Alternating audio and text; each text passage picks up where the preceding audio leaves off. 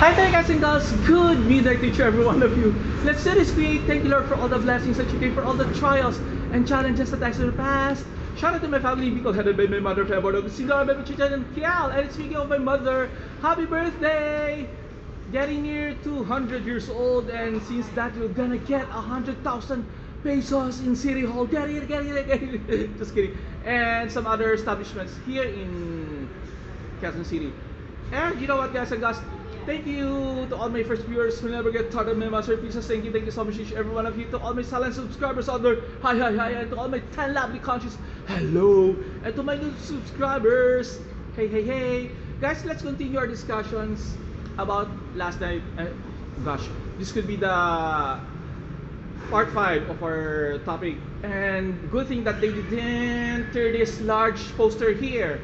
You know what guys and girls, sorry, as I was saying last night that Ruva is some kind of awesome, very good host, splendid, she really nailed her moment, and she wasn't able left behind by other co-hosts, and she still stand out, and she makes remarkable how to call the thing? Remarkable, not on aura, remarkable moments.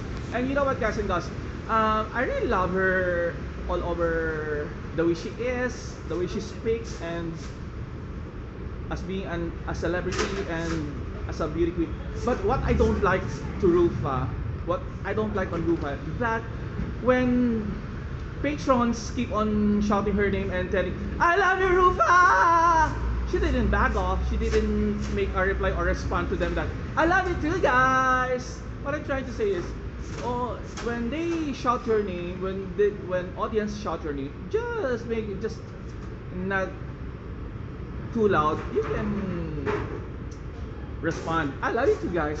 Yeah, right. And then you know what? I also love Rufa because she keeps on telling the cameraman, Kuya ha, don't make me fat on the screen. I want you to get me more slimmer. Not actually that way. I'm just making it that way to happen. That she doesn't want to get fat. Anyway guys and girls, I also love the other former beauty queens that they being asked by other hosts that what can you differentiate the competition before compared to now. The others says that before it's being conservative compared to now that being evolved and like it's really like a bombshell when it comes on swimsuit. Anyway guys and girls, I also love Janina San Miguel because she really nailed her moment and she really knows how to speak in English. She didn't buckle up and people keep on clapping their hands when she keeps on doing her spiel. She makes a statement. I really love also Janina San Miguel.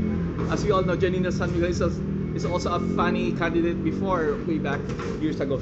And you know what guys, this could be complete if they invite the 1982 Binibining Pilipinas winner, Miss, who's this? I forgot, Maria Isabel Lopez. As we all know guys and girls, a few years ago, there's a incident here happened that the Binibining Pilipinas charities or the management didn't allow her to watch the event, and she felt sad, she felt bad, and for her, she should be recognized being a former beauty queen. For you to know guys and girls, Miss Maria Isabel Lopez was a Binibining Pilipinas Grand winner, and she made an